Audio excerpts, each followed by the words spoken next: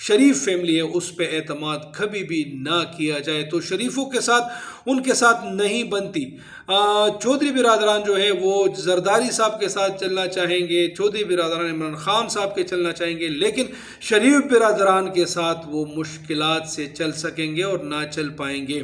میں آپ کو تھوڑا سا ماضی میں لے کے چلتا ہوں، جبکہ حمزہ شہباز کو جب وزیر اعلیٰ بنایا جا رہا تھا تو مونس الہی سیدھے گئے شجاعت حسین صاحب کے پاس اور اس سے کہا کہ آپ ہی نے کہا تھا کہ شریفوں پہ اعتماد نہ کرے، پھر بھی آپ اعتماد کر رہے ہیں، لیکن اس کا جواب نہیں تھا شجاعت حسین صاحب کے پاس۔ اس کی زبان بند تھی، اس کی زبان کس نے بند کی تھی؟ کیونکہ وہاں پہ حالات کچھ اس طرح کے تھے۔ اس میں بھی اسٹیبلشمنٹ کا بہت بڑا کردار تھا کہ مونس الہی کو شجاعت حسین کی طرف سے کوئی جواب نہیں ملا۔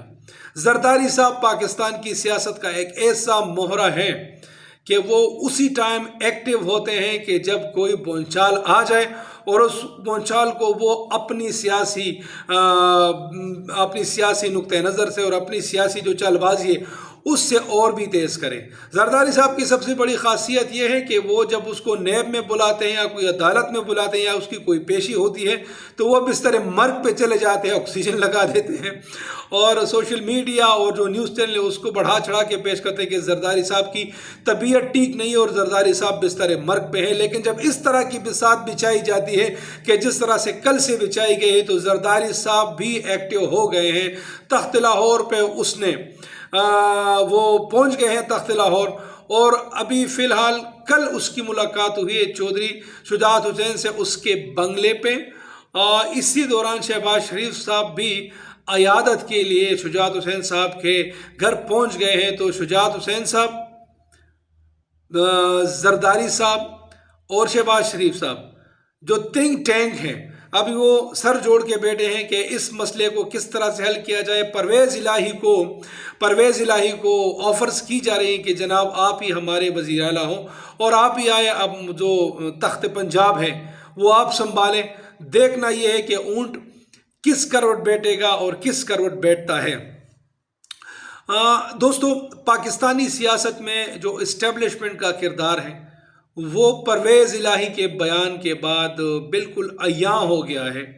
جو پاکستان کا عام شہری ہے، جو پاکستان کی عام عوام ہے، میں ہوں اور آپ ہیں، تو ہم تو نعرے لگاتے ہیں، اپنے لیڈرز کو سپورٹ کرتے ہیں، ان کو ووٹ دیتے ہیں اور اپنی برادریاں خراب کرتے ہیں، اپنی یاری دوستیاں خراب کرتے ہیں کہ ہم نے اس کو ووٹ کرنا ہے، ہم نے اس کو ووٹ کرنا ہے، ہمارا لیڈر ایماندار ہے، آپ کا لیڈر ایماندار نہیں ہے، آپ کا لیڈر چور ہے، ہمارا لیڈر ٹھیک ہے۔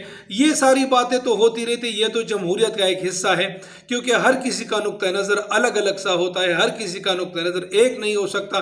اگر ہر کسی کا نقطہ نظر ایک ہو گیا تو پھر تو دنیا نہیں چلے گی۔ اختلاف رائے سب کا حق ہے، اختلاف رائے پہ چلنا سب کا حق ہے، لیکن پاکستانی سیاست میں جو اسٹیبلشمنٹ کا جو کردار ہے تو اس کو بھی آپ رد نہیں کر سکتے، کیونکہ پرویز الہی صاحب نے کلم کلا کہہ دیا کہ جنرل باجوہ صاحب ہمارے مہربان ہیں، وہ ہمارے محسن ہیں، عمران خان کی بھی محسن ہے، اور عمران خان کو اس نے کہاں سے کہاں تک پہنچایا، یہ بہت بڑا سوال ہے۔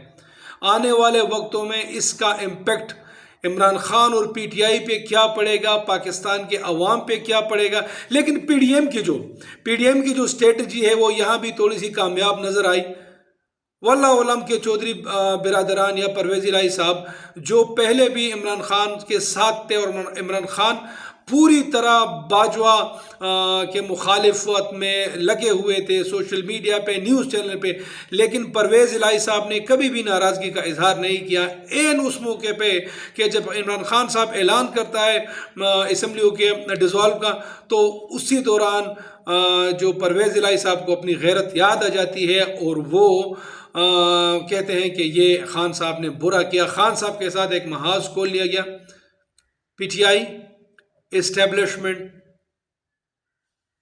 کاف لیگ، پی ڈی ایم، یہ سب عوام کے لیے کیا کر رہی ہے، اور عوام کو اپنا خیال رکھنا چاہیے، اپنے ووٹ کے تقدس کا خیال رکھنا چاہیے۔ اس پہ انشاءاللہ آنے والی ویلاگ میں آپ سے بات کروں گا۔ آپ سب کا بہت شکریہ۔ پاکستان کو اللہ سلامت رکھے۔ پاکستان کو اللہ تعالیٰ ترقی دے، پاکستان کو اللہ تعالیٰ ایک ایسے حکمران دے کہ جس میں جو غریب کا خیال رکھے، اس ملک کا خیال رکھے، اور ایسی پالیسیز بنائیں کہ جس سے ملک خوشحال ہو۔ پاکستان زندہ باد۔ اللہ حافظ۔